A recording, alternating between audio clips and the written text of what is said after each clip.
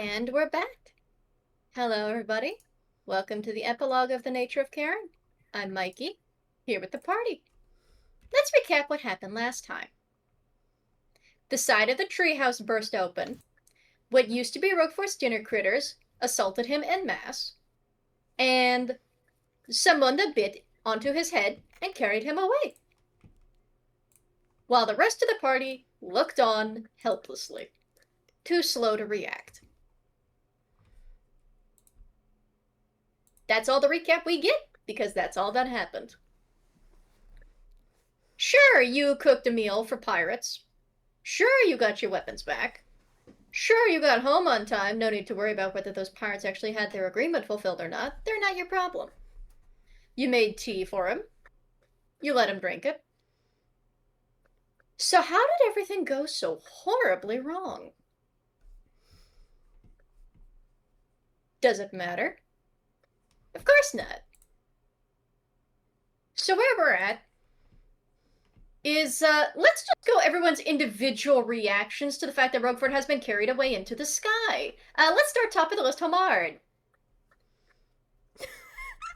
Huh? Sorry. Homard, what was your reaction to the fairy that is no longer Roguefort being carried away by the dinner critters? He's honestly in shock.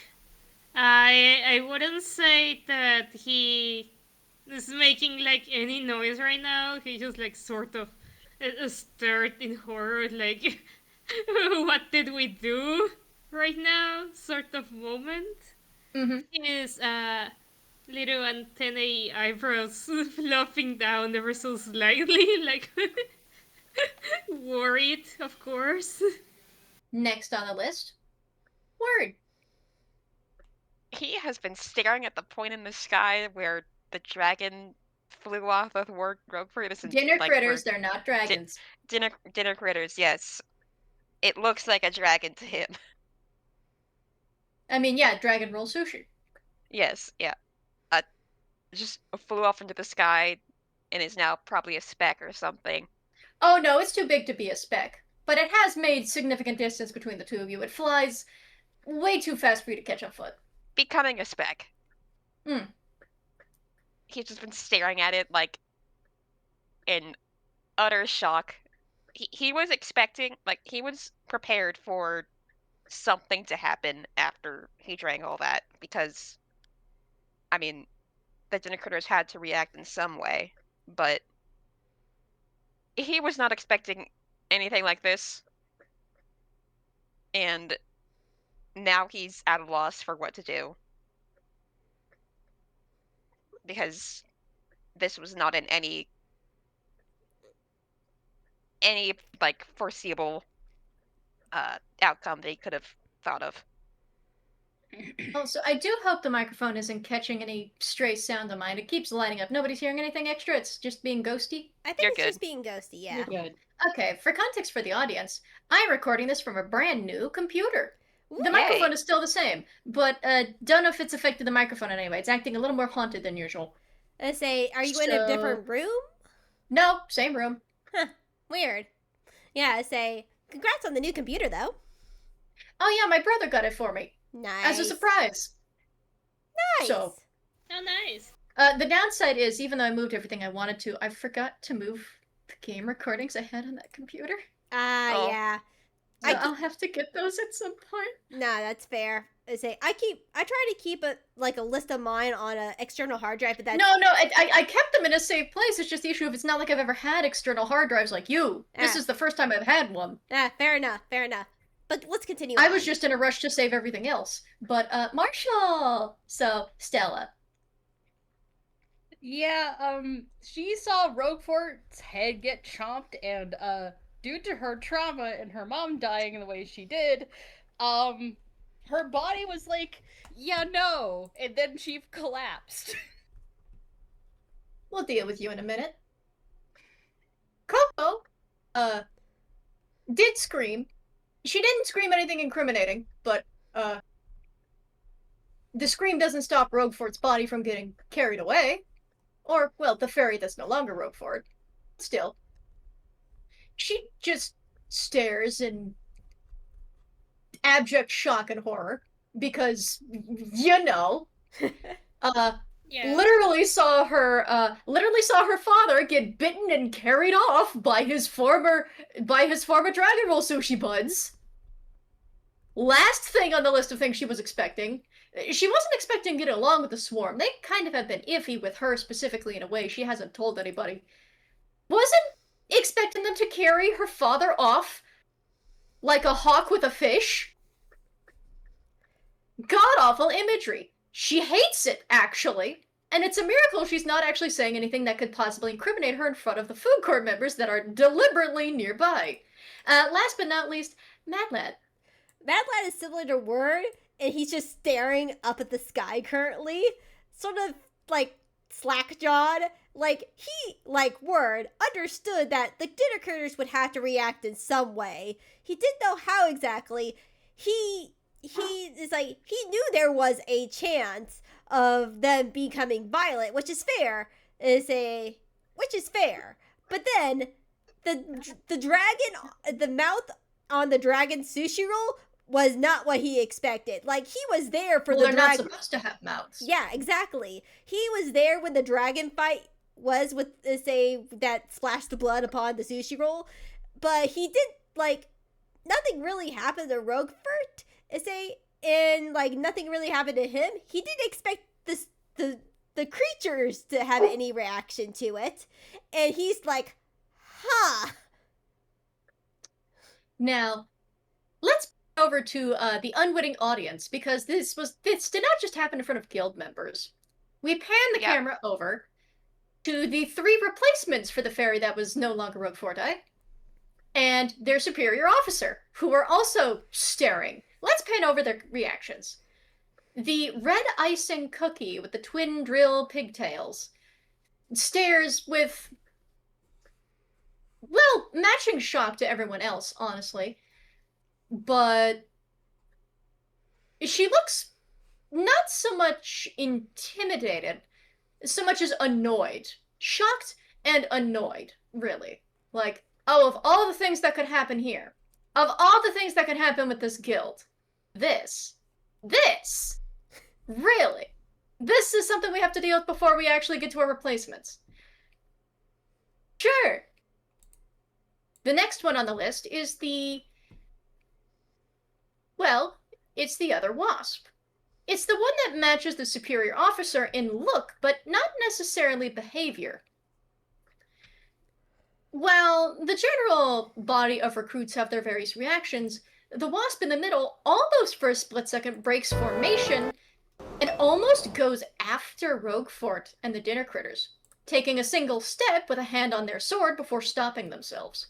It's a very solution. If you would like to roll a perception check to notice that tiny animation bit, you can. Mad Lad definitely will. It's very subtle, so it does require a perception check. That's cocked. Let me get where's my sheet? That's not gonna do it. That's a 10. Yeah, no. Let me check real quick. And Stella has fainted. Stella doesn't need to roll. Stella Perception. is incapacitated. For a moment. 4. Okay, yeah, we're too focused on the Uh-huh. Yeah. utter shock to. Honestly, very much in character for the both of them. They knew something it would go down. They did not expect the dragon. I got a 22. Okay. Good. Nice. Homard, of course the chef is nailing the rolls on the food court. Of course. Of course. The dice gods have a sense of humor here. They love thematic fitness here. So, Homard, you stare in shock and dread at what's occurred because, for you as well, similar to the others, it's not like this was on your list of expectations. You've spotted Roguefort around, but even in seeing him interact with the critters, you've never seen any of them sprout a mouth, let alone sharp teeth. They're not supposed to actually have functioning mouths. That's kind of their thing. So, to see one of them sprout a mouth, nearly turn into the size of a building, and take Roguefort into their mouth and fly off, Of course, the other issue is it's not just the horror of what's happened to Roguefort, or the ferry that's no longer Roguefort. It's who it happened in front of. Because you remembered you have an audience, so as you glance over, you see, of course, there's the Cookie Huntress's shocked, annoyed, and angry response. There's the little Italian cafeteria-looking chef lady who looks sufficiently surprised and terrified and sweaty. And then splits. It's from the wasp that looks, stylistically, it's supposed to look identical to the superior officer wasp. The one that Word successfully intimidated before. But Yes. although it looks identical to the superior officer, it almost makes the instinctive split frame movement to go after and has to stop itself. You see that split-second movement. You actually hear just the slightest rustle of paper and metal as it goes for its sword and then has to stop itself. Yeah, actually, Mary, that is the gimmick. That is a Peppino XP. Yeah. Nice. Hi, that's my other future player character among the replacements. Hi. Fair enough. Yay! Honestly, fair. Peppino and Butch Lesbian Wario made out in a closet. Damn. Anyway, She made so, that like iconic scream. well, kind of. More so just kind of cowered at the gargantuan fucking Dragon Roll sushi that broke out of the tree. Yeah. Also fair. Was out of the way. And then there's also the Superior Wasp and Ollie, air quotes. Because if you remember, Yeah. you don't actually have Ollie here, it's just Belle in disguise. No, yeah, I remember this, and it's hilarious. I love that Stella's the only one that knew. Yeah. So, the superior officer stares with wide eyes, and while it's still completely blackened in age, you can kind of see the slightest model details that indicate wide eyes, tiny pupils, shock and horror. But in a manner that's only slightly more composed than the rest of the party. Slightly. And then there's Ollie, who is kind of flat on his ass, staring up, and then glancing slowly over to the treehouse with the gigantic hole in the side, and what's left of your poor late mimic door. Which was, in fact, the only casualty here. No. We're Ike gonna said mourn you that couldn't thing keep later. the door. I did have to kill it. I'm sorry. Ike said you couldn't keep it. I have to listen to the boys. I'm sorry. Or would have put it on his own house. He would have taken it. I mean, it's in pieces. You could get the pieces. You don't know. But still, the superior officer watches as the serpentine shape of the Dragon Roll sushi and the swarm floating after them makes off into the distant skies. Slowly, and I mean very slowly, shrinking.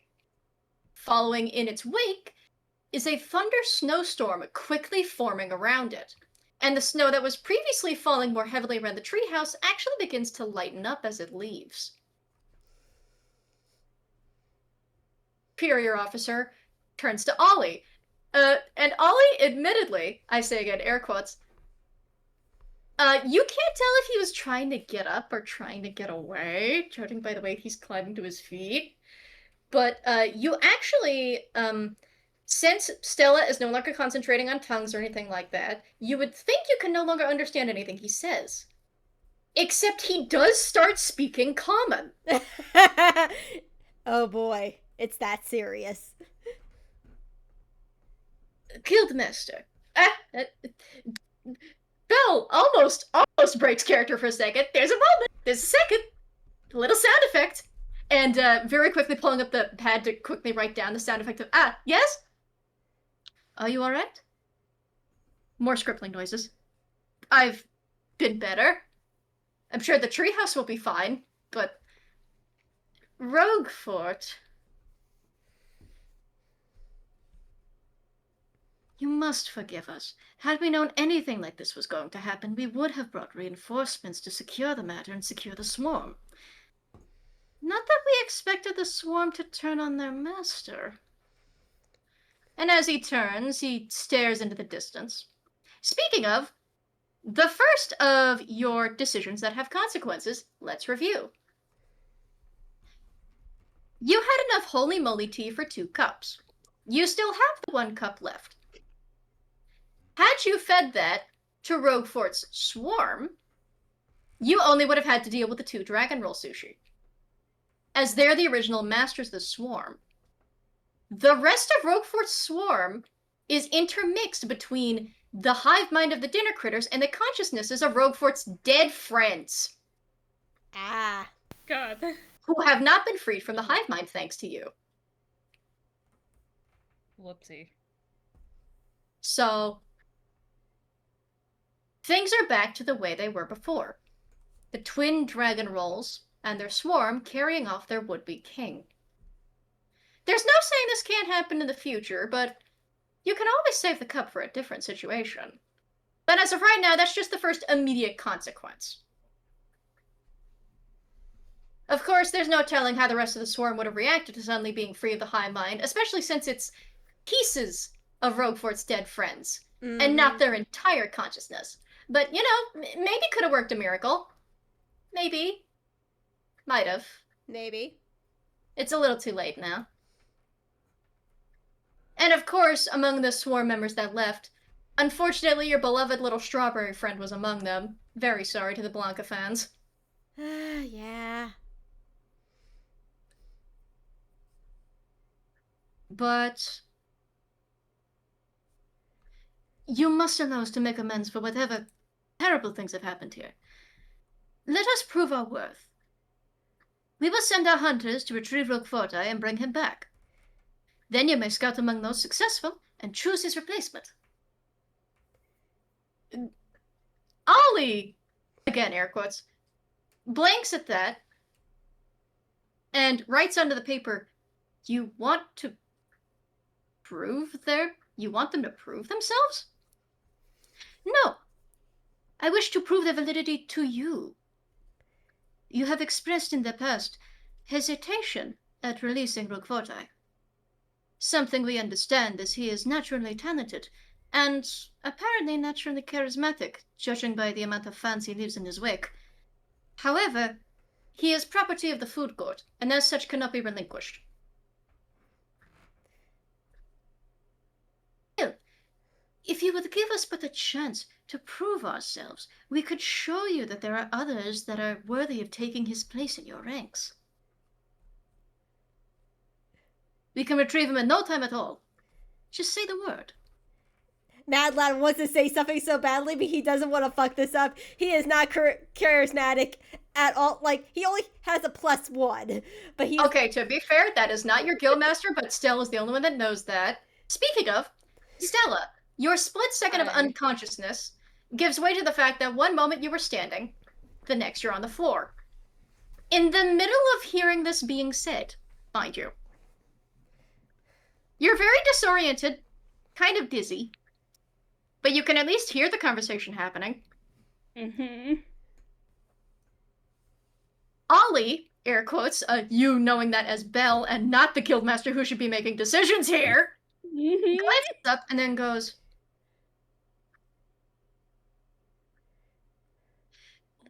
he writes down on the paper, he starts scribbling. If anybody would like to say anything while he's writing, now's the time.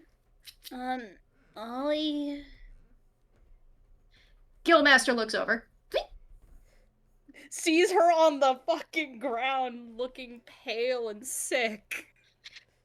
And he's going to, I'm gonna make him a morality check, actually. Hang on. Belle, please. Belle! You know that Ollie would definitely jump at it. He would, but that is a 3. On the one hand, Ollie would jump and help. On the other hand, your friends are nearby, and he's also the devil, and he's busy making a deal. He glances over and he gestures for, he whistles for Mad Lad Word and the others to get to Stella's side while he continues scribbling. Shit, okay. I don't know who's gonna healing. I'm not gonna healing, but Word has lay on hands. yeah. Mad Lad looks at Ollie, looks at this chorus like, it's just like, I mean, you're saying this like we aren't gonna go and help rescue him ourselves. He's our friend. The superior officer stops with a twitch of wing and antenna. You hear a deep breath and a sigh. No, I do not believe you need to follow after him. I mean, you don't want us to, but we're gonna probably go after him anyways. We're gonna say he's our friend, like I said. To minimize casualties, a smaller party should be sent. Against a giant dragon like that, I feel like it's the opposite. Dragons take. You have no faith in the food court? I'm not. The wasp slowly turns. No, that's actually the opposite. I have full faith in the fruit court. I just want to minimize casualties. A bigger party for a larger creature like that is more wise. You want to go for a medium amount. You can either roll persuasion or deception, but you are doing it at disadvantage because you unwittingly insulted them. He did not mean to insult them. No, the pride was still wounded. It's a disadvantage, but you get to pick. Persuasion or deception, your pick, bud. Let's see. What am I good at? Probably deception. Alright. Okay, so you're lying to their face. Understood. Make your roll. Remember, it's disadvantage. I also he's am not- out of bardic inspiration. I can't. No, give he's not you really. more. No, he wouldn't be. No, I'm gonna go. Like, he's technically not lying to them. He is trying to persuade them, honestly, because he's just like he's young, but he also has grew up with dragons around them, and he knows it takes more than just a smaller party. I love how you're still treating this as a dragon situation. I love how you're still treating this like it's something you know about. It's the only thing he can relate to. Make your dice roll. I am. I'm gonna have my marshmallows. Alright, that is going to be a 19. Hey. At disadvantage? I got a nat 20, unfortunately. Okay.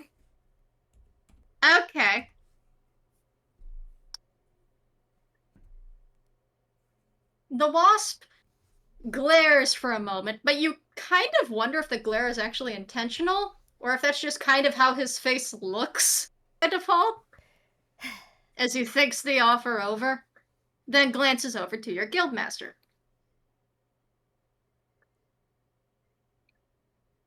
Monsieur Oliver, if I may. Ollie, air quotes, turns back to him, tilts his head.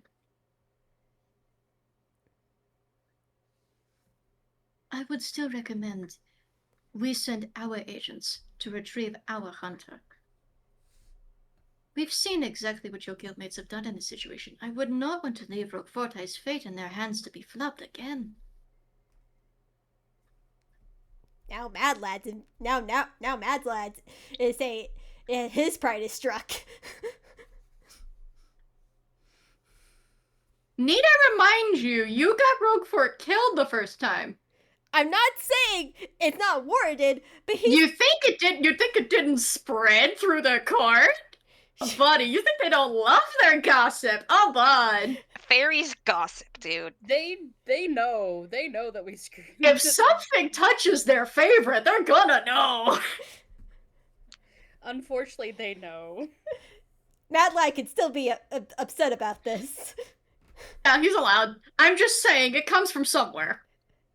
Look, I'm just glad I got a good roll on this. You did get a good roll. I'm not saying he's unpersuaded. I'm saying he's trying to speak his case to the guildmaster, air quotes. I know this. I know this. The guildmaster pauses, looks between you, or the not guildmaster rather, and Stella, as you're recovering, you don't need healing or lay on hands. You're fine. You just need water and a pillow. But Yeah, word supporting her. when you look over to Bill, Her up, just holding her. when you look over to Bill, he's doing a very good job of keeping an innocent face. His hidden tail, however, the tail on his shadow, because that's the only indicator it's on his shadow, is doing the interested cat curls of, You're getting an impression Belle is scheming, and this is a terrible time for that. Belle Yeah. can obviously Yeah. see Stella's eyes narrow so hard at him in this sort of energy of like, please, I am actually begging you, no. And he continues writing. Your offer sounds promising. However, if my guildmates believe that they can set the situation right, I would like to express faith in them as well. As well as to straighten the reputation in your eyes, as it appears it has been somewhat tarnished by events out of their control. So, and he writes, and his handwriting gets a little fine middle line between Ollie's handwriting and Belle's fine cursive. Let's Can make a word roll deal. Oh. Can word roll perception on this again, because It would be recognize that. insight. It's insight. Insight, okay. And you still have to beat his deception score from last time, which I have to find again. I was gonna But say, he what did was the he did deception? unfortunately have a stupid cuckoo bananas high roll, so Can No, I it's a check on 7. insight? okay. So not everybody's going to be able to do insights, but yeah, that is a failure word. You are sorry. You're falling victim to the Toon rule. You don't get to recognize the devil. Look, Bye. I'm not even rolling because I know Mad Lad would not recognize the devil. Andy, if you want to roll insight, you can, but you got a high score to beat. He already rolled a nat 20 earlier. Let's see if his luck is... Nope. Fuck. As soon as you speak it into existence, as soon as you try and speak another crit into existence, that's when it falls flat. You people have got to learn not to do that. I didn't want to say anything. I know, you didn't say anything. Stella looks at Ollie and says, I mean, Guildmaster, boss, we have the most faith in each other. He holds his hand up and continues writing. And I hope that people can hear the fact that Stella calls Ollie... The fact that Stella never calls him Guildmaster or boss, she calls him Mr. Ollie. Stella is... You're not going to get time to process that, though, as Ollie continues writing. We're just How playing it on about the this? possible In order depression. to circulate the location of the dinner critters and better secure Roguefort, how about both parties go separately? We can't leave this up to a race. That's... I didn't say it was a race, he writes on the paper. I said, think of it like a pincer maneuver. And he pulls up a piece of paper, and he draws... Admittedly, it kind of looks like a medieval scriptwork snake in the middle, but it's an attempt at the Dragon Roll sushi. It's actually very good. It's just the issue of it's manuscript. It looks like a manuscript version of it rather than a silly snake. Oh my goodness. And then draws two groups of stick figures, intentionally keeping them like thin, not necessarily full of manuscript, but not like as detailed as the monster either. Not too simple, but there's one that's your party, and the other that's the food court's party, converging on the same point from two different sides. After all, you're not just dealing with one singular dinner critter here. You're dealing with Roguefort's entire swarm. Both of those Dragon Roll sushi things have grown to the size of trains. I would love to express full faith in my guild and full faith in you to handle it on your own, but as it stands, you would need many more reinforcements to be able to handle them at that size. Yeah. And you actually hear the middle wasp from the recruit speak up. We do not need reinforcements. Trust us three. We will bring it down ourselves. We have no need of assistance from them. As the middle wasp turns and glares incredulously at the party. You're saying that 3 of you can take on 2 full-size beasts, the size of trains, an entire swarm, all Yeah. on your own. Yeah, all we both have the same goal. We want to rescue him. Why do we need to be so combative? Do we? And that's actually the other cookie that speaks up as she steps forward. Because it seems everything turned out perfectly fine until you showed back up. And suddenly, the hunter's being carried off. I mean, Now, I wouldn't know what happened inside, but it's not really making you people look good. he points towards Ollie. Yeah, I say, hence why clear our reputation. Let us help. His reputation is fine. You're embarrassing. The superior officer casts a glare to the cookie. That lad does give a Easy. does give a tiny competitive glare, like he's trying to say calm himself. He glares back at her superior, but she does straighten up. Much quicker than Coco would. She's very obedient in that regard, it seems. Besides, come from the same batch of cookies, which happened to send someone out to kill a Jabberwock. I would say my skills have some merit. She looks directly at Coco at that, and Coco actually sweats a little. Mad Lad smirks. But you did kill it, did you? No, but we are capable. If you're Certainly more than you, Misfire. if I say If I gonna talk, boss. That's the tiniest voice from the other two professionals look over to the cafeteria lady, who is clearly trying to make herself look nice for her superior officer. I do think a maneuver would be rather nice. We don't have to treat it like a race. Obviously, you're not proposing that, but it seems some of our members have something to prove anyway, especially seeing as none of us were able to stop him from, and she points to the shrinking, squiggly line in the distance. Going the way of the dodo. But if the Guildmaster's proposition of a pincer maneuver would work quite well. We don't need to make it a competition between ourselves. It is strictly a professional proposition. yeah. Exactly. What I say that's a female. I say that's a just want to make sure the pronouns are right for that character. Yeah, she's a lady. Just want to make sure. I say Mad Lie's like, yeah, she's right. I like her.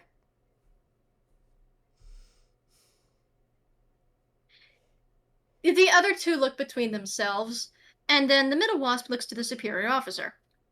The superior officer glances over at your party. Back over to Word, the nat 20 intimidation from before. While holding the tiniest penguin, who is looking at them with this look of trepidation and kind of anger. Kind of a dual mix of the two. She looks kind of angry at them. Word is barely holding back his anger. Mad Lad is also on the urge to word, do not worry. The superior officer turns back to the guildmaster.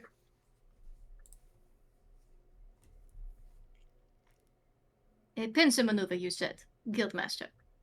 Ollie nods. Points at the diagram again. Do you happen to know how they hunt? He pauses. Shakes his head. Do they happen to know how they hunt? He gestures to your party. Oh, I mean, Stella raises a hand. I have a friend that can help, and she has locate object. As do I. And I got is a Mad Lad would is a out of character. Mad Lad would know how they would hunt because I'm pretty is a Roker would have probably mentioned it. Or would he? I know So about that, There's a difference between the swarm as functioning under Roguefort's leadership and the swarm on its own under the Dragon Roll Sushi. That's fair. You think you know how they work. Mm. You haven't seen them in the wild. That's honestly fair. He hasn't technically seen a swarm in the wild.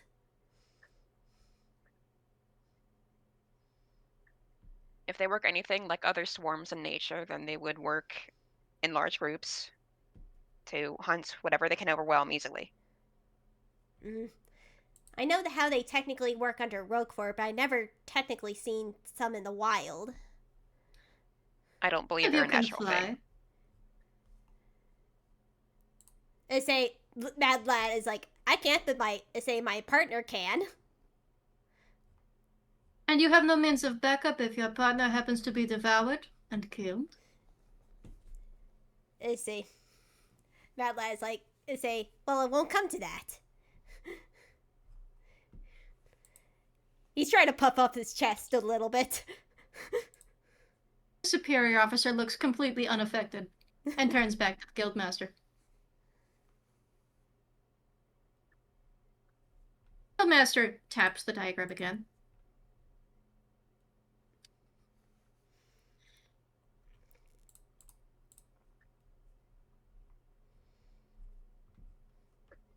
Very well. Both parties shall pursue the Dinagritter swarm.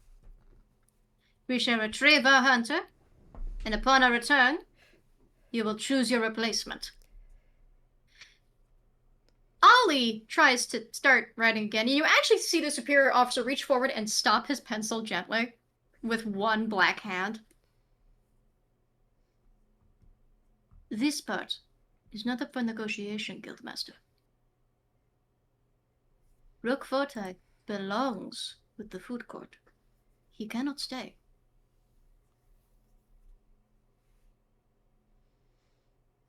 Ollie looks up at him. I understand if your guild members are attached. This happens everywhere he goes. It's really quite annoying. But he has work to do with us. And he was only here to scout out to see whether your guild was worthy of sponsorship. Which, according to him, it was. We would have pulled him back anyway. There was no world in which he was going to stay with your guild. I think only Stella would notice it, but Word is like tightening his grip like on her clothing, like where he's holding her. I feel like Stella, He's shaking a little bit. Yeah, Stella will subtly wrap a nubbin arm around his neck and just like slightly nuzzle him, like comforting him. You He know, appreciates it, but he's too angry to notice. I'm gonna roll I'm gonna see if Mad Lad, he's gonna try and roll deception to see if he's able to hold his anger too, and of course I get another nat 20 at the like, literally, he doesn't need to. I kind of want him to show anger, but no, Mad Lad's actually able to keep it to himself, and he's just like yelling in his mind, fine dice will be like that.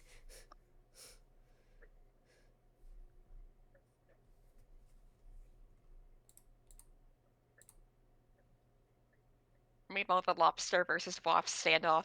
No, it's not a lobster, it's but not a standoff. It's Or just a stare stare, off. it's not a glare. just perceiving each other. Mm-hmm. Perceiving something, I'm not gonna say it's each other. Yeah.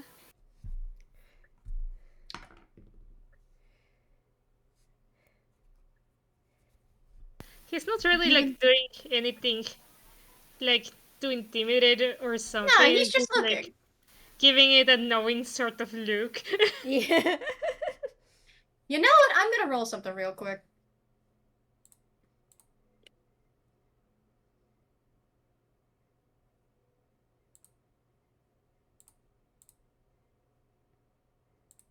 You could have rolled better, buddy. So, I'm gonna say you don't have to re-roll, Homard. The middle wasp stares at you for a time, and before making that split-second turn back to look at the superior officer and continue acting normal, winks at you for some reason. Huh. Weird. I'm sorry. Flirt. You're the only one that notices, mind you. None of the others do. Don't worry about it. Don't worry about it. Fascinating? Question mark? We'll see. But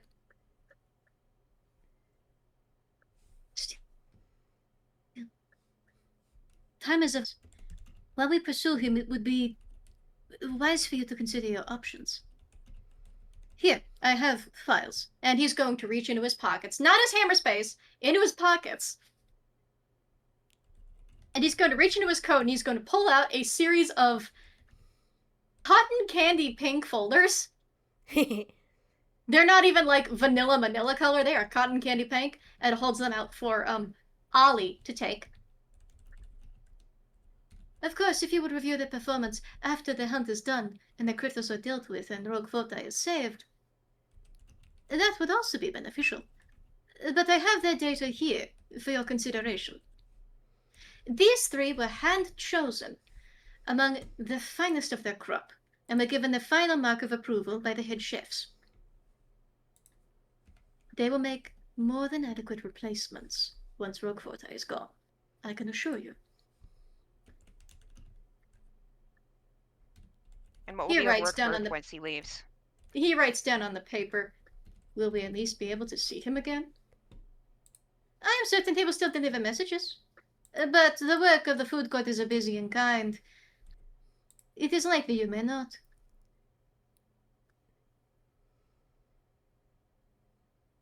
What will become of him once he leaves? He will go back to work. What else Doing would what? become of him? Our work is classified. We do not share with outsiders. Word pauses, but nods. By the way, Word, because you are holding her and she's currently hugging you, but you feel the grip on your shirt tighten and you can feel her dropping temperature even colder than she was before. Before she was like an ice pack. Now she is like your hands are starting to go numb how cold she is. Yeah. He's surprisingly okay with it. To anyone in the party, including quote-unquote Ollie, she looks a little bit like, well, Belle would know that she resembles her mother Mm-hmm. at the current juncture. Bell is making no comments on the matter. Yeah, Mad Lad. He's in the middle of keeping up an act. He's not going to break it. Yeah, Mad Lad is currently in the middle of that nat 20. Is a not defection. Why did I say defection? But deception. And he's like trying to hold it in and not trying to rip just rip everyone apart. He's just like, oh, he's keeping it together very well for a kid who is usually known to be a hothead. Yeah.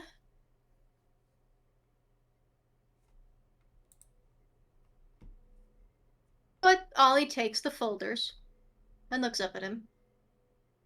If you would like, we may also bring forth workers to help repair the damages done to the treehouse.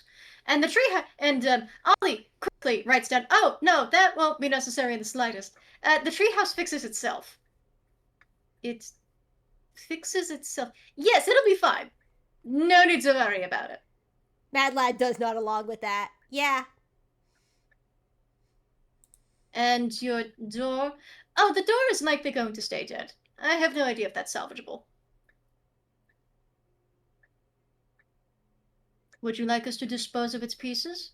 No. If you... Ollie and the superior officer look over to you. I'll bury it. Ollie nods. He'll bury it. All right. Very well. You shall see the might of the food court in full motion then.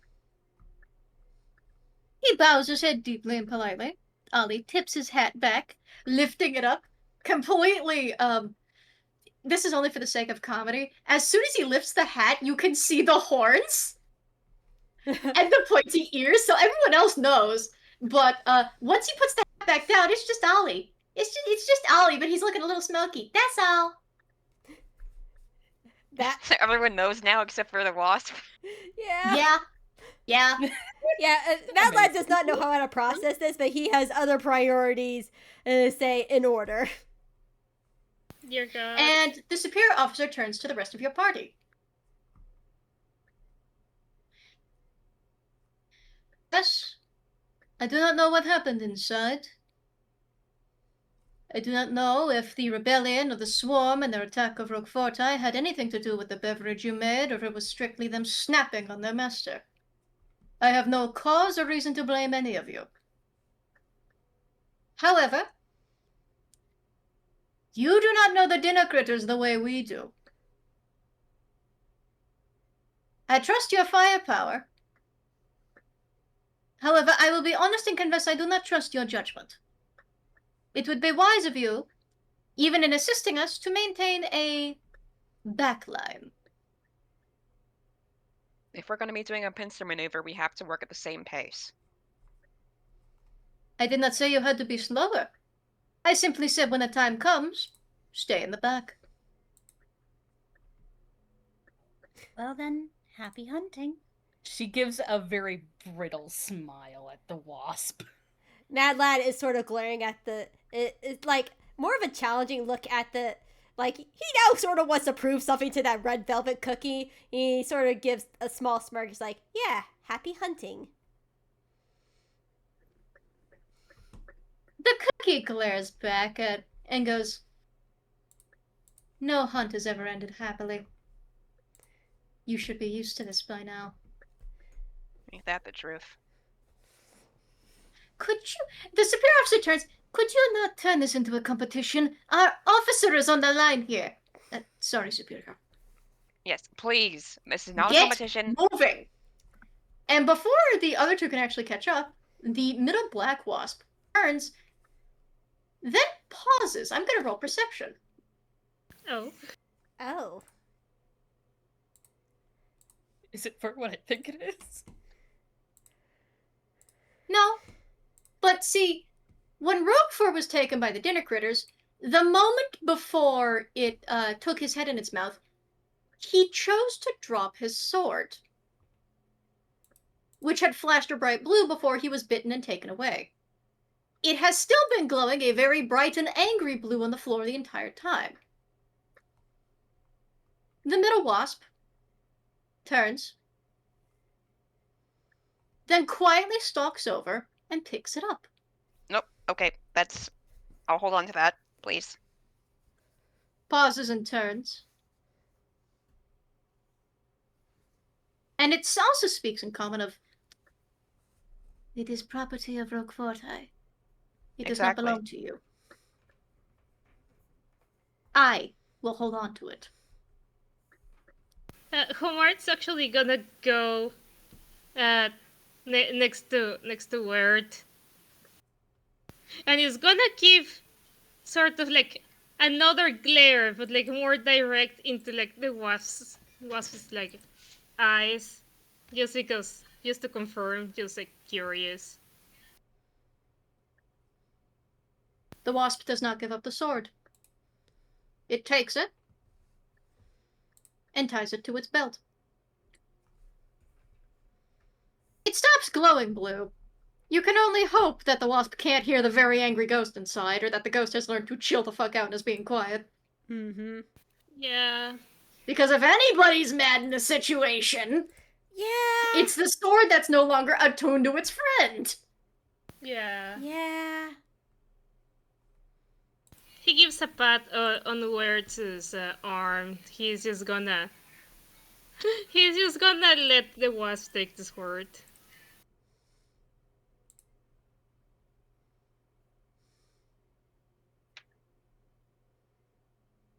Homard's been awfully quiet. The wasp is going to bow politely. And as the other two are getting ready, the middle wasp actually turns and, with a sound not unlike the breaking of the sound barrier, disappears in a flash, zipping off after the dinner critters at the speed of sound. And the other two recruits kind of jump at that, and the cookie very quickly gathers her things and starts stumbling to run after it. What's up? Mad Lad. And the poor Italian, the poor cafeteria lady, was knocked on her ass by this, by the way, and has once again been stuck with her legs stuck up in the air. Quickly has to pull herself up and also starts stumbling after their party. Dear God. Mad Lad is afraid. Mad Lad watches. He's like, "Oh God, no! We have a speed build." I imagine Stella waits until they're all gone to speak up. Well, Yeah. the Well, officer's still there. yeah. Mad Lad probably gives a motion. We should probably start heading out too. Come on. Now, as a heads up, the superior officer actually says, they are aware of it, but as you have not faced them before, they will likely be trying to find the thinnest place in the veil to breach to the Feywild. Word freezes. Here's Is hoping you that- can catch up in time. Is that where the dragon is going? Yes. It is a known fact that in the land of provision is where Roguefort located the swarm. That is correct. So, it will have to be stopped before it reaches the thinnest point in the veil. If it is not, it will reach the land of provision, and it will be lost to you. We will be able to pursue it. But if you wish to pursue it, you will have to stop it from reaching that point. Alright. We can stop it before it reaches the Feywild, right? We could do it. Yeah. You can Yeah. certainly try. All right, let's go right now. Yeah. We're setting Stella down and starting to book it.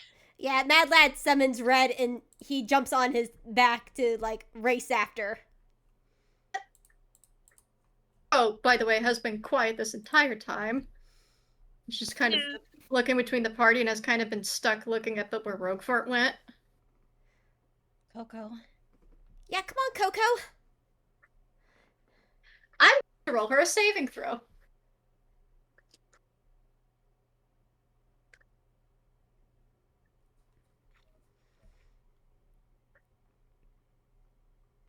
Oh, girl, that's not gonna cut it. I'm gonna check your sheet, but I'm fairly positive that's not gonna cut the mustard.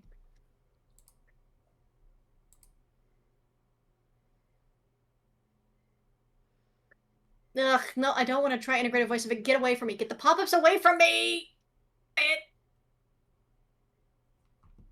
Oh, and it's light mode. God, hate this. Anyway, Coco. There's Coco. Oh God, it's all light mode. It's all white. It hurts. Oof. Ah, The burns! The It burns. it's the middle of the day, but I got so used to everything being nice and anyway. So that is, oh, that's a 12. Roll her I'm gonna roll her deception next. I'm gonna roll insight. Stella's gonna roll insight so hard. I need to go to the restroom. I'll be back in a sec. And that is a spectacular deception on her part. That is a 17. Okay, because I have a bonus in this, let me see what this will be for Stella to roll insight on her. Come on, please load. +3.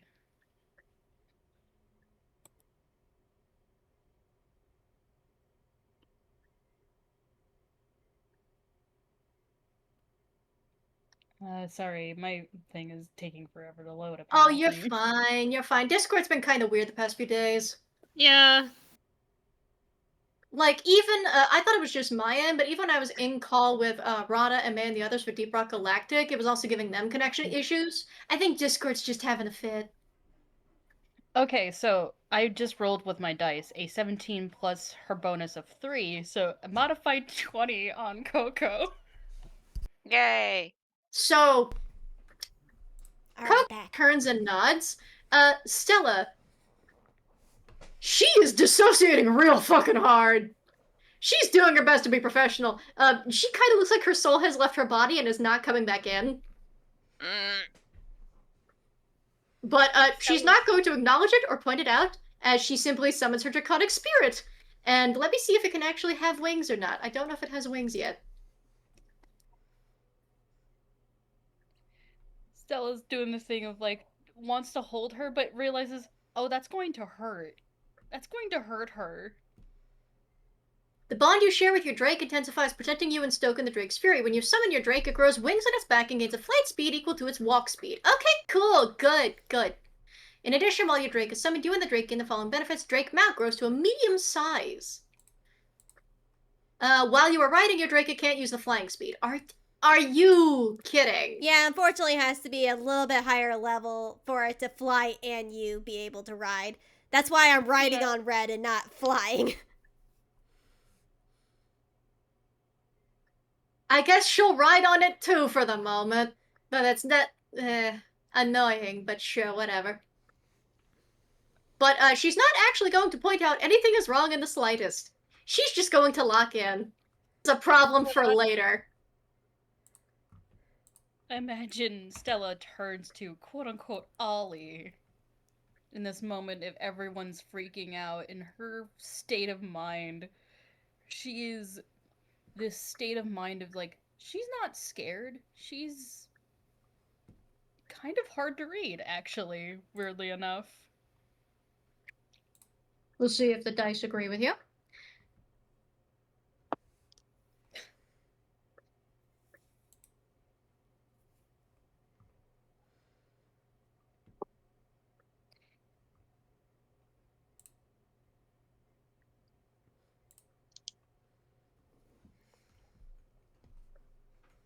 These didn't. Hang on.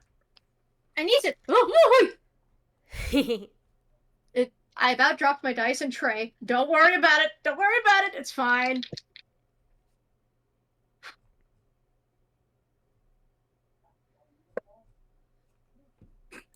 That's kind of funny. Okay. So, insight. Give me a minute. Where is... Oh, Belle's sheet isn't on this one. Tits and sprinkles. Okay, hang on.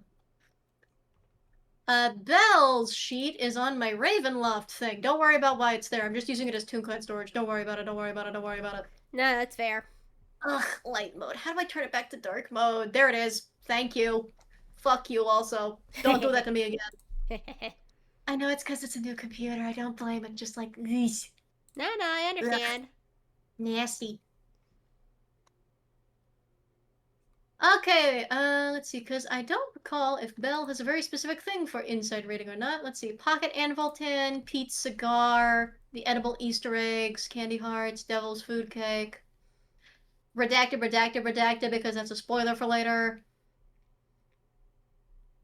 Paper birds. Oh, forgot he had those. Cowboy hat, ankle biters. Oh yeah, his cool fucking boots with the teeth. Let's see.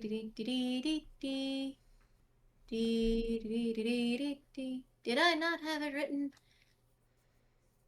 Fair enough. Okay, either it didn't save it or it's just not written, then that's fine. We're going to accept that that's hard to read because that's a nap one. Oh boy. That one plus 4. So I'm sure Stella's fine. I'm sure Belle thinks Stella's fine. No. Because Belle is... Well, here's the thing. Belle is still acting like the guildmaster in this moment, and that he's allowing them to pincer maneuver to give you guys the chance to, like, show you're up to snuff. He's not making this a competition. It is strictly the cookie that is looking at you people and being rude. Yeah. Unfortunately, Like, this it's is not a working competition. I will just say for the people at home, the look in her eyes isn't like herself. It's the most un-Stella-like look that she could possibly give to someone. She's currently leveling at the devil himself. And he's not even noticing. He's not noticing that she wants to punch him. Oh, I'm glad you're back on the same page every tune is supposed to be. Unfortunately, I do have to remind the party, Belle's an ass! Yeah. We know this, and we love him. We love him, but that also means we do have to love the fact that he does kind of deserve to get punched in the dick occasionally. Exactly. Yeah. Yeah. That's kind of And the point. is the whole, like, crew of the cooking court gone at this point? Well, the superior officer, after giving you your tip, is going to head back inside the treehouse to kind of finish up with paperwork and review with Ollie on the folders. So, seeing that, Stella will not say a word, leveling that look at quote-unquote Ollie, and then just turning around and moving at her full speed, running after the others. Before they get out of earshot, or like out of the range at all, or any really, Murt's gonna turn back to Belle and say, "If I don't come back, tell them."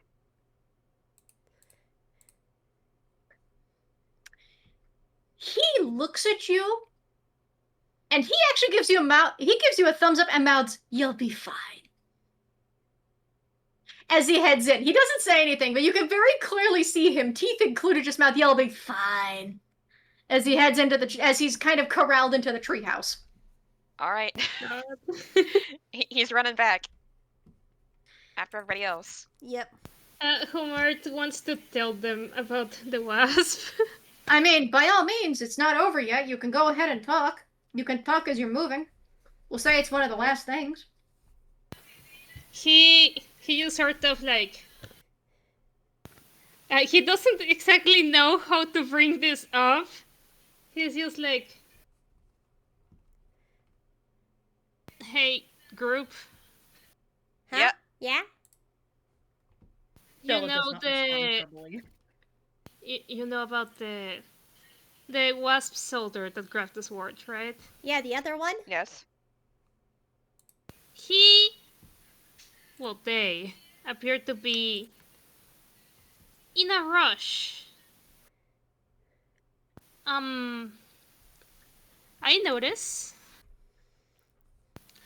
I noticed that when the incident happened, they stopped from trying to go and run over to help the situation. Oh. They also winked at me. I'm not exactly sure what was that about. I just thought it was important to bring up. So I trust them with the sword. As long as he gives it back to Roguefort. Yeah. I think they're just concerned. We all are. I think their other members of the court are less so. I mean, their other members doesn't seem concerned for Roguefort. They seem concerned for the critters. Yeah. Property. Yeah. I mean, to be fair, dinner critters running free and unsupervised without his leadership is a danger to everyone.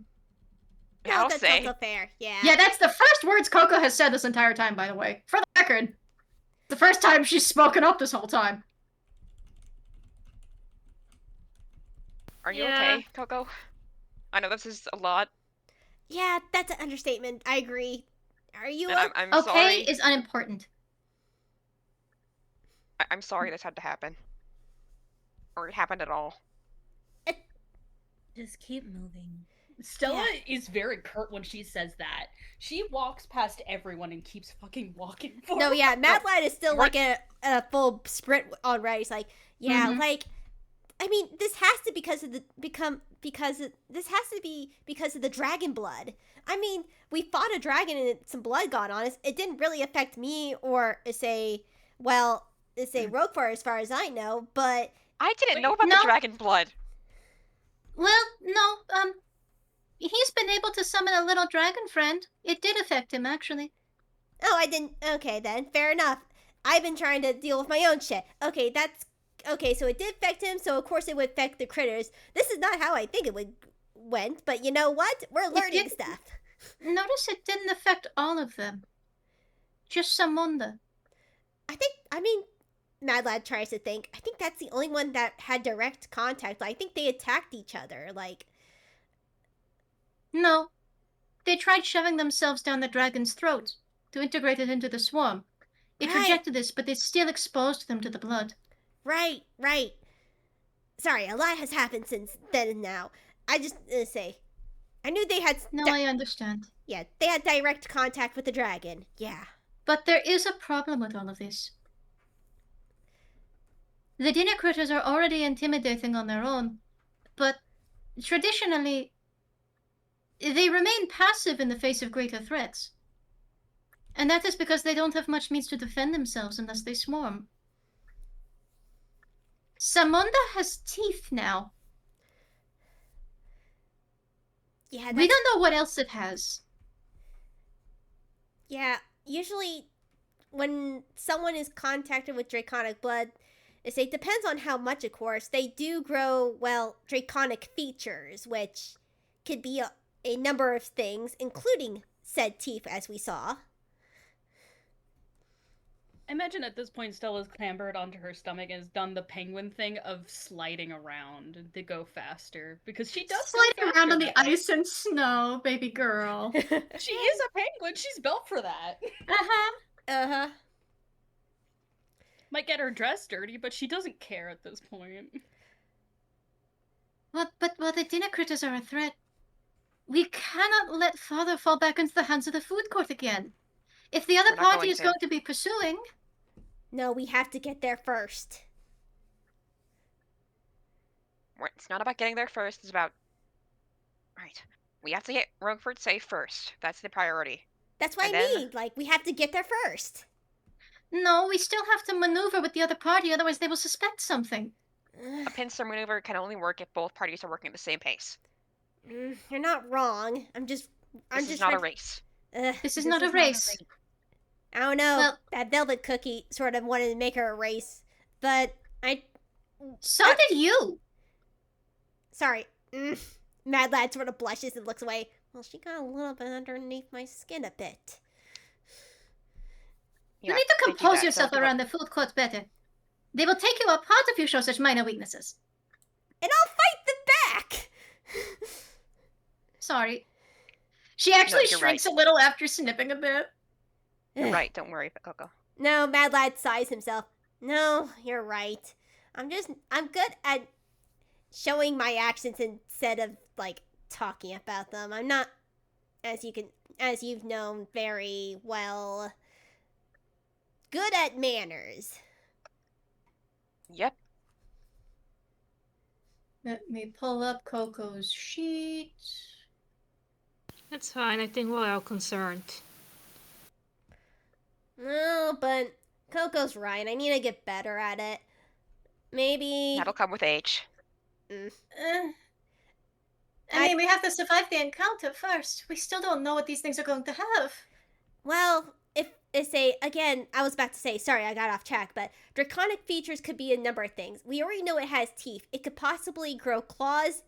I don't think wings are in the equation, but that's just because it can already fly. But they're Yeah, the little thought bubble is it already took off into the air. It does not need the wings. Though I do think that a breath weapon could definitely be something that it could possibly have. What element or type, I do not know. I just hope it isn't the most nastiest type, 'cause I heard stories about one type of dragon that has a pretty nasty breath weapon that isn't, well, not the usual type of breath weapons. Let's not forget, this is also Fae.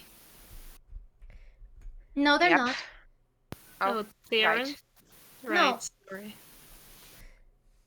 But They're more like Nobody plants, from what I can tell. knows what dinner critters are, but they're not Fae. They're different. well, do you know? Father best compared them to beasts, but there's something else mixed in. But they're not Fae. They've just been living in provision. Well, I know fair. they also live elsewhere. Well, what do you know anything about how the wild ones work? Well, she looks like she was thinking about something else. I made a different perception roll, but let me roll nature real quick. Sorry, I thought we were still in the middle of the conversation. Continue on. Yeah. 13. Well, the swarms only grow aggressive when protecting their kings or queens. Traditionally queens. They aren't known to have kings. It For the feels most almost part, they remain... parasitic. Parasitism isn't very well known. Father was really the only one that had close proximity to it. They were pretty much an unknown to provision before that point. Mostly seen as a sort of blight, a pestilence on crops and fish. I could see that. They tend to find an ecosystem, make themselves known by replacing part of it. And that's how they propagate and spread. Replacement. Being eaten. Taking part in the food system as prey, not predator. Which is But why... it's a parasite thing. Yeah, which is why it's concerning that one of them grew mouth. Yeah, for a parasite to have a sense of needing to devour something. We don't know what it has yet. Let's not get ahead. Yeah. I do like the idea that Stella's pallor kind of goes green when Coco talks about the dead thing and taking over things. That's gross. Really gross. Though Mad Lad does get out, does look to be a hunting rifle. Like, it used to be a sniper gun, but he sort of made it look aesthetically more like a hunter rifle now. I do have one idea. If I'm able to get within like 200 feet of it if I can get a clear shot within 200 feet, it'd be, at max I can get 800 feet, but I can try to knock Roguefort out of its mouth if we're able to get close enough to it. With his head in its jaws, you'll blast him off! I'm trying to think of something to get him down.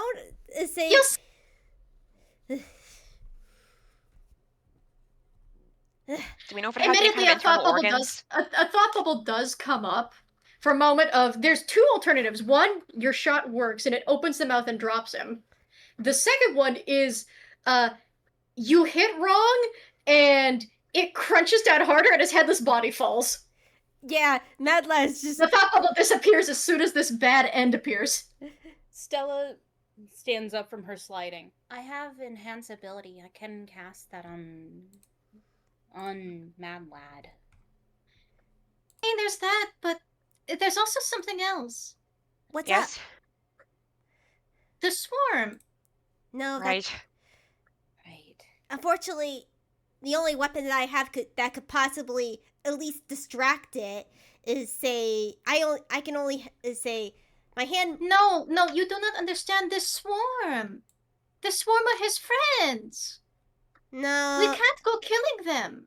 Mad Lad You does can't. sort of make a sound. He's like, yeah, you're not wrong. That's fair.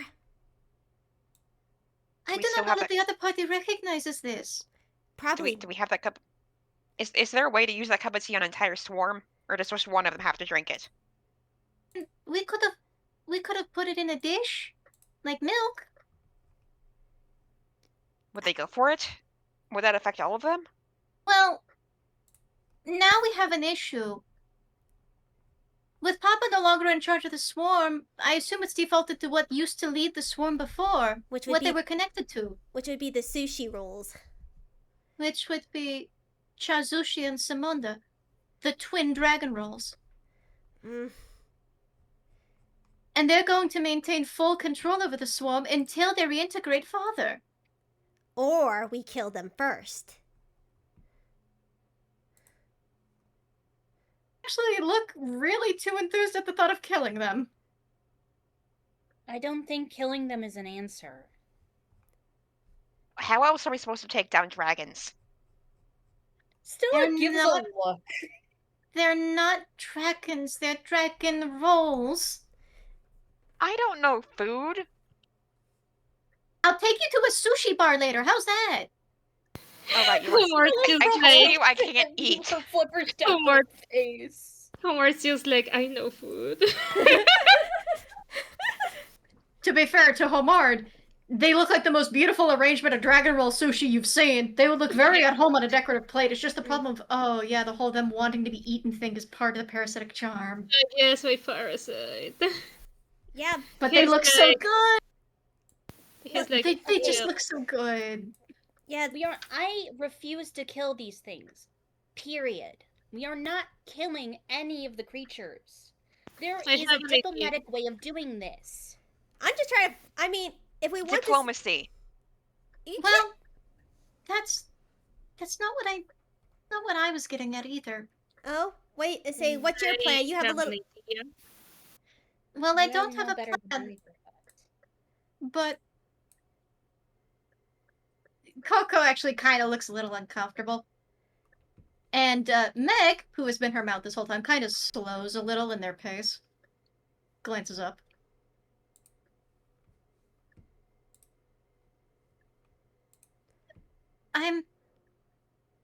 How do I put it?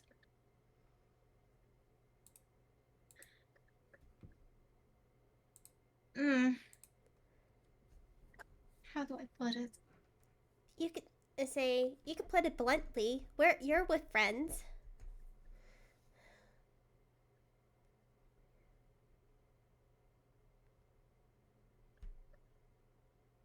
Oh, right, this Roguefort's nice. Hang on.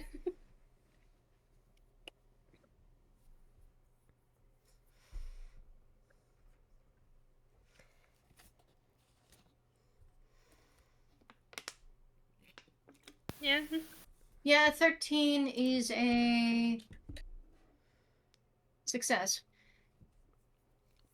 The problem isn't the idea of killing the swarm. Well, some of it, but we have no means of fully knowing how many we should be rid of because some of Roguefort's friends are in there. No, I agree. That's Stella why looks horrified. By the way, the rest of the party did not fucking know this, for the record. Mad This Lad. is new information to I you. mean, Mad Lad sort of knew, but he thought Mad that. Okay, Mad Lad knows about Blanca. Mad Lad doesn't know about anything else. Nah, that's fair. Mad Lad sort of knew about it. He's like, that does sound like a problem, but the Twin Sushi Rolls aren't his friends, are they? That's why I thought cutting off. Coco doesn't answer you. She gives you a conflicted look. Mad Lad looks at her. We need to say, do you know if they are? The easiest way would have been using Speak with Beasts to communicate with them, but they've come out of our range now. Does anyone have Speak with Beasts? I have sending, and I did have tongues on earlier. I can have Speak with understand Animals. what I have I've Speak spoken with them before. Yeah, I got beast sense, but I don't think this is gonna help. No. I don't have that on me, but I could always rearrange my spells. Yeah, Mad Lad also has Speak No, with Animals. look, but I know how to speak to them. It's the problem of we don't know friend from foe in the swarm. And Alright, the longer we take to say Papa, the longer it also takes for them to lose themselves to the hive mind. How about say? Hi. Well, you're right about that. Say, I can try. Say, I'm pretty fast with Red. We could try to get Roguefort. They even said they kind of want us in the back. This would be the perfect opportunity to say, hey, we'll save Roguefort if you can deal with them. But that's the only other plan that I got. We can immobilize them. We can. If we can figure out how to get them down from the sky. The sky is their domain. Do you see the storm they're causing? As she kind of gestures up, you do see, as they're moving along the wind currents and kind of redirecting them in their favor, there is the start of a storm system that's starting to conceal them from view. I can. Wait a minute. I only have one. Which, for the record, by the way, is still not a normal dinner critter behavior. They don't make storms around themselves. Yeah, that's why Mad Lad's a friend. Can we still see them? Can I see either one of the sushi roll dragons or the swarm of the critters? I do have Hunter's Mark. What is the range? You choose a creature you can see within range, which is it's 90 feet. Yeah, absolutely the fuck not. Mm. They are in the triple digits. You are not getting Hunter's Mark on them, I'm afraid.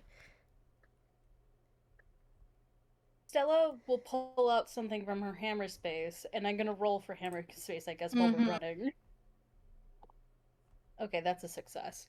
She will pull out a card from her hammer space that she got from poetry. Oh, And it literally says, in case for emergencies. Basically, it's a diet summoner for poetry. Nice. Oh, by the way, because I'm sorry to take away from you briefly. We didn't really focus on everyone else's reaction to the revelation that the rest of the swarm has bits and pieces of Roguefort's dead friends in there. Yeah, it's. Ugh. Bird's part, there was a response.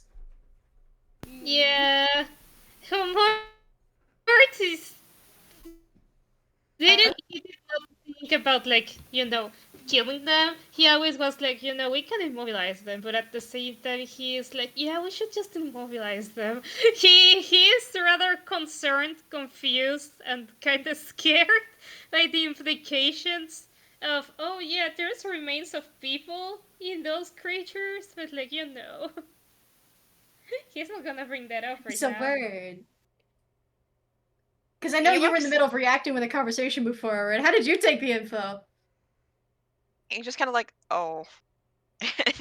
he's kind of looking sick about it. Like he's not enthused at all. He's, I mean, the swarm he can handle, but I mean that he can understand. It's like, okay, we don't need to hurt them, but he doesn't understand why they wouldn't go after the dragon.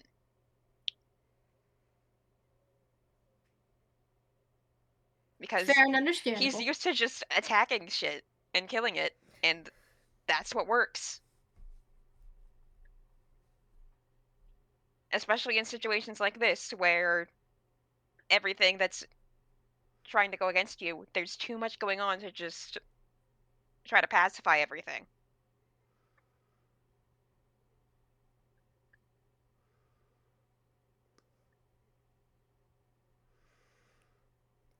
And what was Stella's reaction, by the way, since we did gloss over it before the card got pulled out?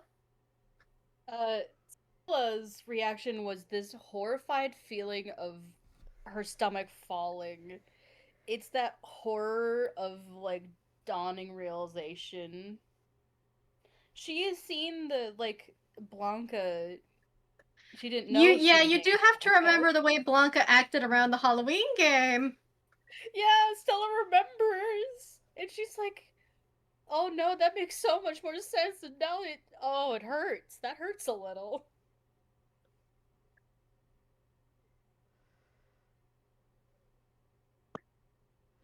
So yeah, Stella is not doing great.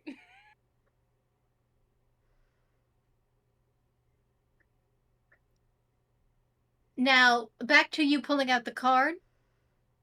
Yeah, she has a little card with a strange sigil on the back, and she just holds it up. Poetry has hold person. That's not going to work on them. They don't count as people or humanoids. Yeah, unfortunately. I know how the spell works. Madlad nods. Yeah. Unfortunately, only humanoids, not beast. Unfortunately, there is a spell that's like hold beast, but that's a bit higher leveled. Yeah. No, it would be hold monster. You're thinking of hold monster. Ah, right, hold monsters. Okay, maybe we should take this one step at a time. How are we gonna get this? Let's just focus on tracking him down. Yeah, tracking him down and Can we just focus on that? Yeah. Look, I can I cast don't sending know. on I can cast sending on him. On who? You're on Roguefort. Is he conscious? We don't know. I mean, you could try. Remind me how sending works. As in, also ping me the description to the spell. Fair enough. I will copy and paste the entire thing for you. By the way, if you start hearing barking and yapping, we are coming on the tail end of this little epilogue, but I am saying my family is coming over to celebrate the day after Mom's birthday, which was yesterday. Fair So you enough. will eventually start hearing barking and people talking. That's just going to be inevitable. I apologize. I kind of noticed that once my sister and her fiance moved out and we moved all the furniture around, the echoes of the house are cut a lot easier on my microphone than they were before, which is weird. Nah, not really. I could see that. More empty I'm not space. used to it. No, that's also fair. This town just recorded the hottest March 10th. Don't remind me how hot it is. I don't want to look at the numbers. I don't want to look at the numbers. Don't make me look at the numbers. Okay, I have put that in the players chat. Okay.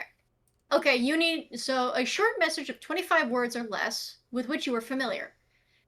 The creature hears the message in its mind, recognizes you as the sender if it knows you, and can answer in a like manner immediately. It enables creatures with intelligence score of at least 1 to understand the meaning of your message. You can send the message across any distance and even to other planes, but if the target's on a different plane than you, there's a 5% chance the message doesn't arrive. So, you could remind me how sending works? In character? Well, the range is unlimited. It can go any amount of distance. The person just has to know me and I have to know them. She pulls out a little copper wire. And I can use 25 words or less to communicate them in their head. It doesn't say he has to be conscious, though. I mean, I suppose you can try. I mean, Yeah. if he's dead, which I doubt, then he wouldn't be able to respond, and I suppose the spell would know it. So, Okay. As they're running, Stella starts thinking of yeah, 25 time for words. you to write down your word count, bestie. Oh, buddy. I love when people have to make their counts for sending. It's great. It's fun. I'm going to have to take a minute to do this. Yeah. Yeah. Yeah. I'm guessing while she's doing that, we're making sure we're tracking it down. Yeah, we're actually going to pan away from the party for a moment. So, we're going to briefly pan to the opposition. To the food court party, which is the 3 members. The cookie and our poor Italian cafeteria lady-looking woman, who have been chasing after their wasp lead, who did slow down only slightly to keep pace with them. Thank God the Pepino XP can run. Oh, no, yeah, the Pepino XP can run a full force, yeah. She just doesn't like doing it, though, just... Can't we wait just a moment? And let them gain speed on us as if. And the other wasp actually kind of tugs on the cookie, but hey! This is not a race. Compose yourself. Look, we know what we're doing, right? We eliminate the swarm, we salvage Roguefort, and then one of us is chosen for replacement. It's a chance to show our individual talents to the guild. That way they can see who really can benefit them. We have to focus on working with the other team. We launch ahead too recklessly, and we're going to wind up being eaten. Or worse, considering the swarm. I know how swarms work. I've heard all of Roguefort's stories. I haven't actually heard that much. On a scale of 1 to 10, how bad is it? 10. Oh, joy. And the poor little Wario Pepino lady deflates. Oh, joy. We move forward with the strict understanding that there is a good chance we may fall to the creatures.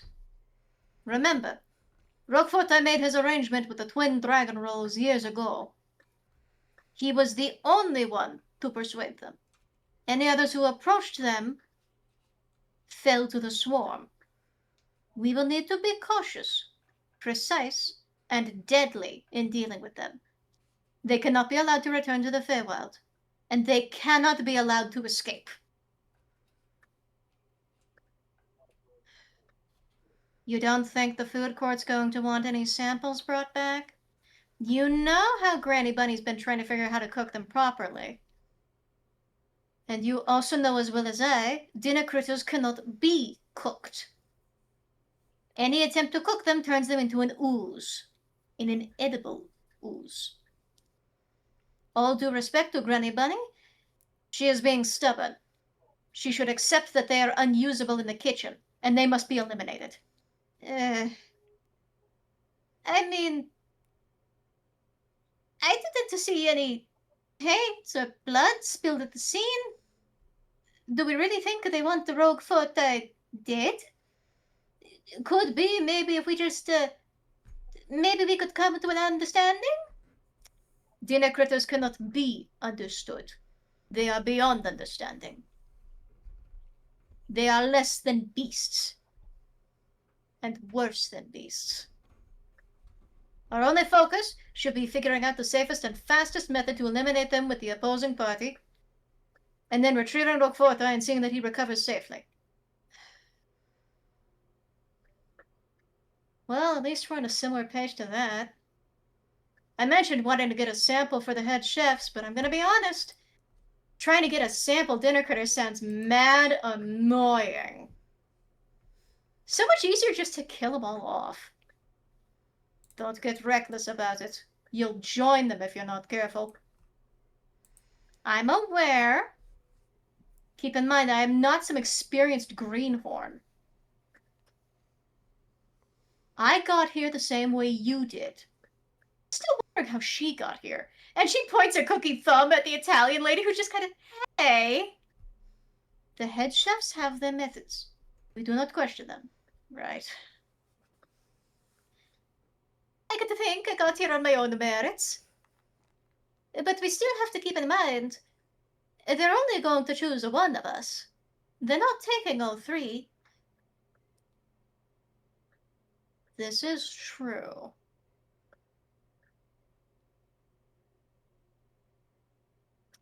Red Velvet Huntress, I swear if you try and turn this into a competition in the middle of trying to save Roguefort's life, I'm not going to. I'm not that stupid. I'm just saying we can't be caught slacking.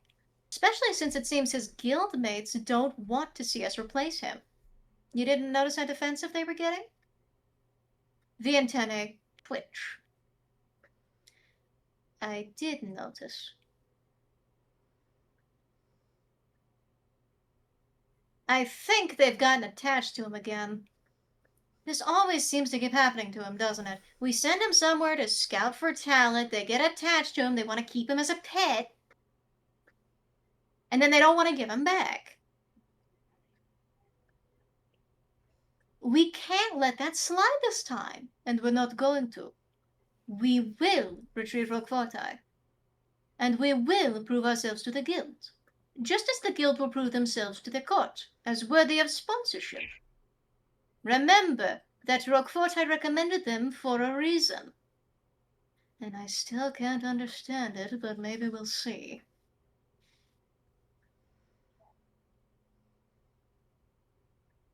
Anyway.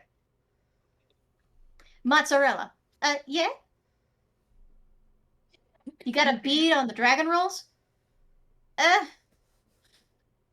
They're moving... Give me a moment.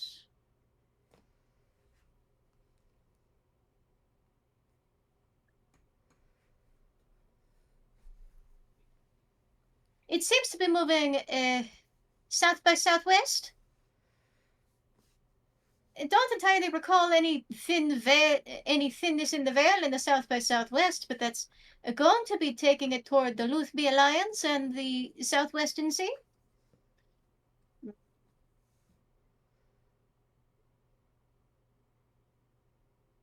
It's well known that the ocean has been used as a travel point to and from provision for several years, but you have to know how to get there by boat in order to use it that way.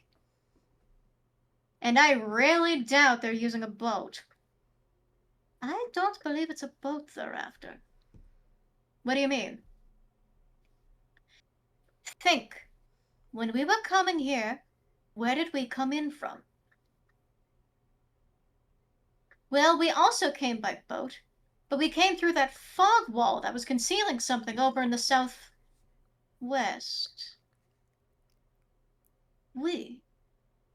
The southwestern sea. The mist. It is an anomaly that disappeared not that long ago. The veil was thinnest there. If they're going to head anywhere, it's not going to be the Alliance, it's going to be the sea and the mist.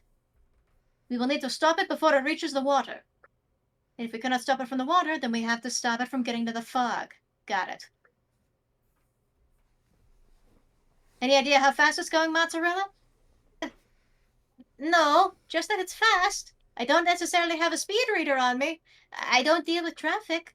Haven't left the kitchen in several years now. Right, I forget you're a shut-in. Huntress. And she bites her tongue, but poor Mozzarella looks... she's trying to hide the fact she's angry. She's trying to be professional. Smiles as soon as the wasp turns over. The wasp also lifts a copper wire, believe it or not, and also uses sending at the same time you do. Oh, great. Superior. It's moving south by southwest toward the southwestern sea. We believe it may be heading for the fog. Advice and recommendations would be nice.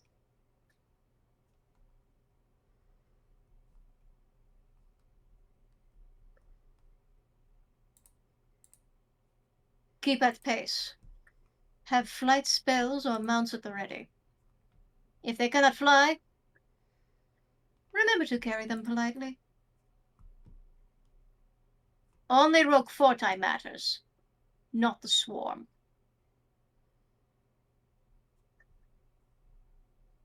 If it must be gone, see it so.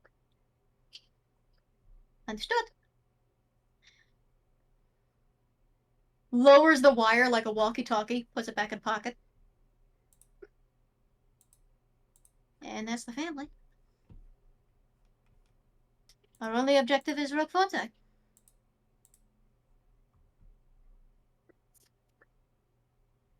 We can only hope to meet them at their pace. Let them gain any speed on us, and we lose them to the sea. It doesn't sound like a great way to go, especially for a sugar plum fairy. Hush. We will retrieve him. It is only a matter of when, not if. Just when. And we're going to pad back. Marshall, if you would like to read out your ascending. Amazing. I had to remove a single word because it was 26, not 25. Dang it. Not proper wording, but whatever. I'll fight myself later. The voice that rings in Roguefort's head is a voice that's... It sounds like Stella, but it's much deeper than her normal voice.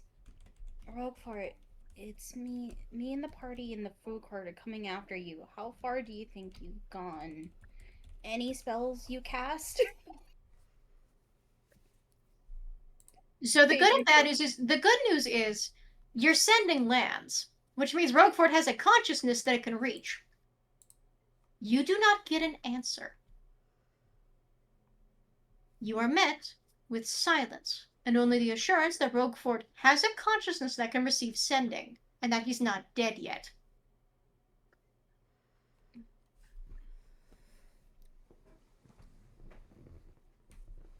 Get anything? The party sees her shoulders slump a little. He responded, but no words came back. He's alive. Just silent. He's alive, but no response. Well, let's worry on tracking him. Do I need to make a survival roll? No, All right. because you're not going to be fighting them in this game. As the party picks up pace and begins tracking after the Dragon Roll Sushi, we follow the cold and the snow and the wind, briefly back to Buccaneer Bay, to the party of pirates that found themselves free to being goats for 40-something odd years. As they finish visiting yet another tavern and getting themselves absolutely slushed, they come out expecting to still see their boat. To still see, the Black Pearl look-alike. Yes. And it's gone. Yes. Yeah. Yeah. Yeah, I assume that would be the case. But they don't have to. Yeah. Jacques was going to run off with the boat. Well, Jacques has to get back to the island. He wasn't going to take them with him. At least they're free. They do look at, and especially the captain in his patchwork coat. Captain Patch. He huffs, and then he looks up just as the air starts picking up a chill. Maybe it's for the best. I'm beginning to pick up a nip in the air. How's about we focus on finding an inn to stay for the evening? Feel like it's going to be a long night. The rest of the crew groans in discontent and dissatisfaction because they wanted to go back to their boat. But the captain's orders are the captain's orders, so they start stumbling along. And as the captain looks quietly out over the water, toward the very, very distant horizon and its fog, we pass by the fog, back to the island. Back to Aia, which is sunny and evergreen, with not a speck of snow or cold in sight. I hope Mr. Gwyn got Stella's feather. Mm-hmm. That's actually where we're going.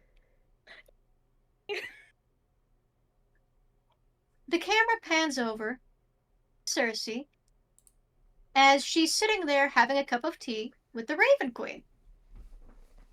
And the Raven Queen, in her old person guise, just takes a quiet sip. Cersei asks,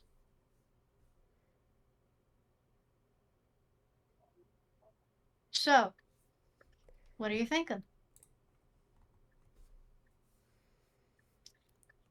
"I think the island has plenty of wildlife, plenty of fauna. Certainly it's cut down your population of goats, but losing one crew of men is no skin off your back. You do still have goats left.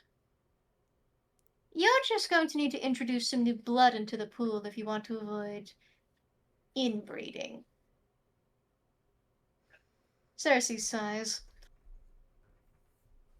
"I hate organizing trade deals with outsiders. You know this." "I'm aware. I also know you can't live without them." "Excuse me?" "Lack of social contact doesn't do you well, dear. You can't go lying about it." "I wasn't..."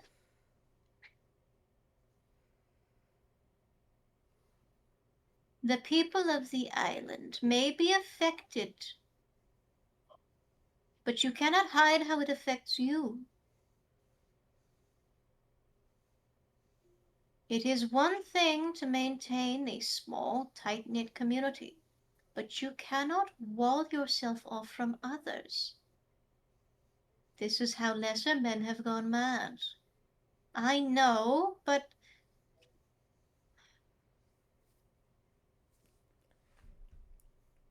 "It's not really that easy to find someone on my level to talk to, and you know that." "I know.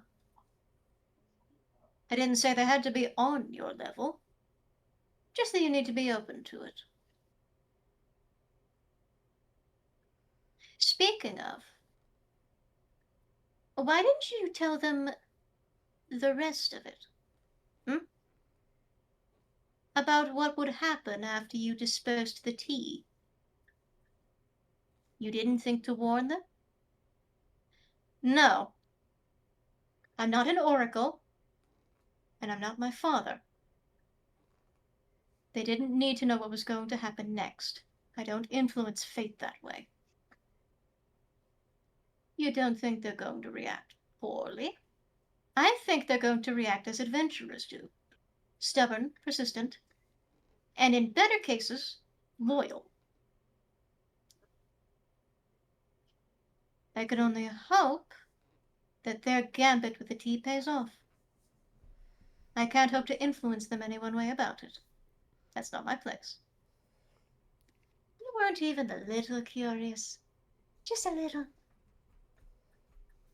She smiles in a feline fashion. Not even remotely. I've dealt with enough adventurers in my time. One of them is getting himself hammered on my island. I'm good watching from afar. The sun's heat is enough to pop enough popcorn. I don't need to intervene.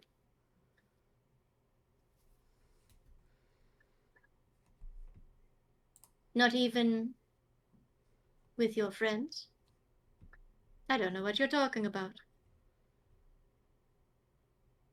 Your little penguin servant has been moping since you came back and gave him that little gift.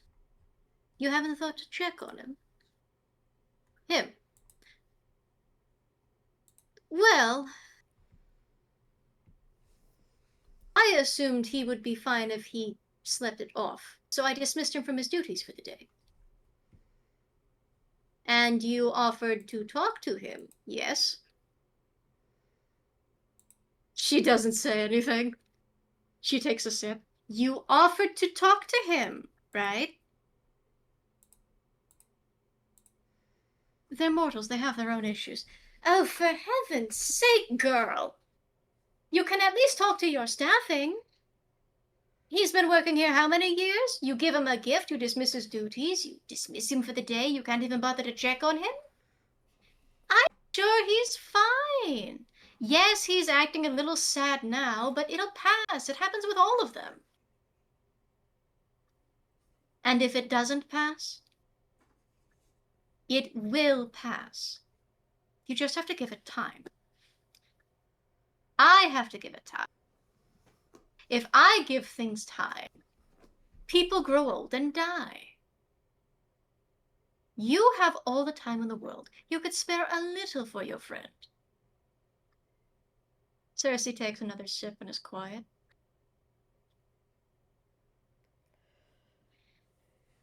Something you have to consider is as safe as you're keeping all of them here. Safe doesn't always mean happy. Sometimes one finds their happiness in casting aside what is safe and comfortable and embracing the unknown.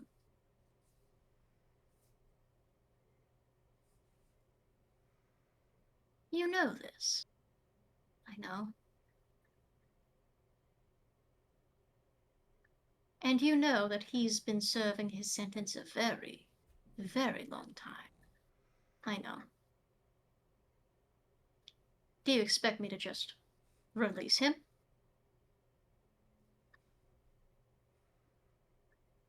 I expect nothing of you. I am only a guest. All that I am saying is, community is important. Checking in on one's kin, even when one believes them to be happy and content with their circumstances, is key. Otherwise... And as she continues speaking, the camera pans over a little fluffy friend and his little blue feather gift as he sets it next to a very tiny bed.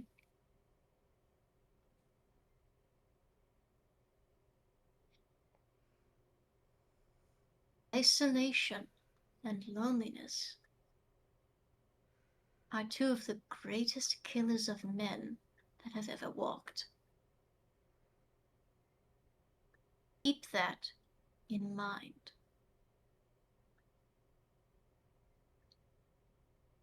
And sitting next to the little feather is a very small collection.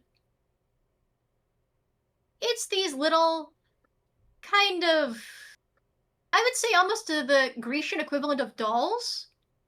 They're made of some sort of odd old fabric, but they're made in the shape of different sizes of penguins.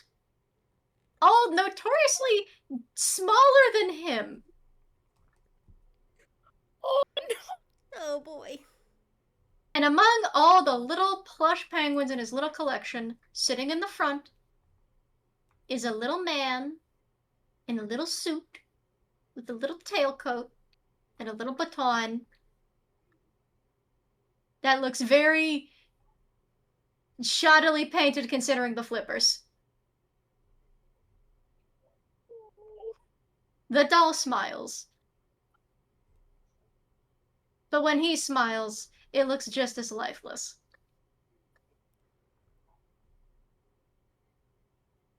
He brushes the feather again, brightens up only slightly, and then settles into his little nest for the evening.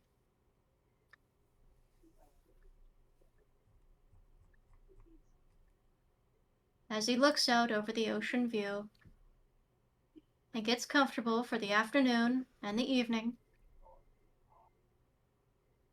the sound eventually fades out to waves and howling wind. And the last visual that it focuses on is a strange wall of fog.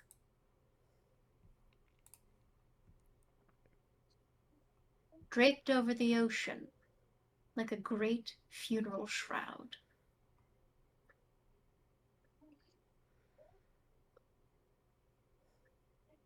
An unfamiliar musical motif plays in the background, very faintly, muffled by the fog almost, before fading, not to black,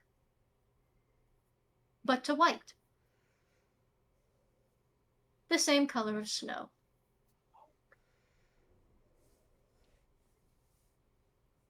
To be continued appears on the screen, not in black and not in gray, but in a red color.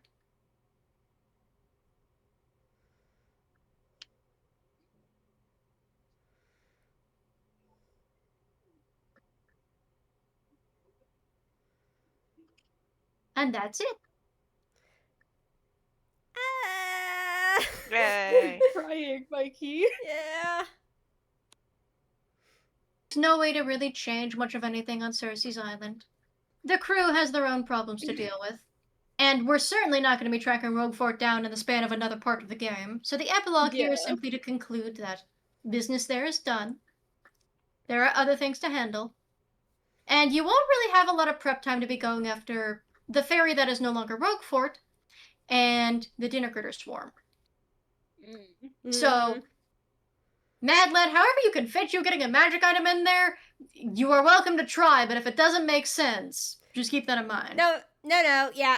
Unfortunately, I had a whole thing for it. It is not going to take, I will not be able to fit a magic item getting in there.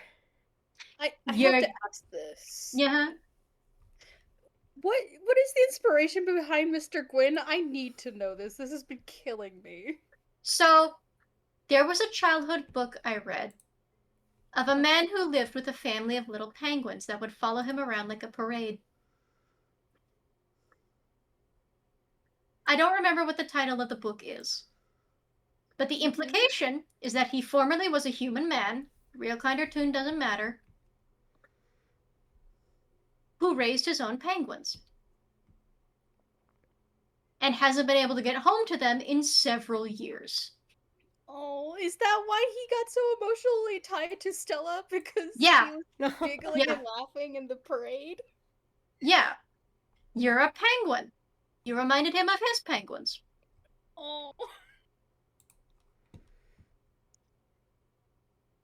Of course, the issue is it's going to take a bit more motivation to convince Cersei to let him go, let alone if there's anything for him to go back to. But that's not your problem. That's not your problem at the moment. Yeah. What matters at the moment is, unfortunately, dealing with the hive mind that is carrying Roguefort away toward the fog wall. Yeah. But that being said, that concludes the epilogue. We will be dealing with some other games first before we get to this game next, but I will say ahead of time, chronologically speaking, this still happens same day/night. So the other games still happen on their own times, but when we continue here and actually get to tracking down the dinner critters, it's still going to be on the. It's going to be in the same time. I'm just like giving the heads up chronologically speaking for anyone that's trying to organize recordings or like make a timeline playlist. This is.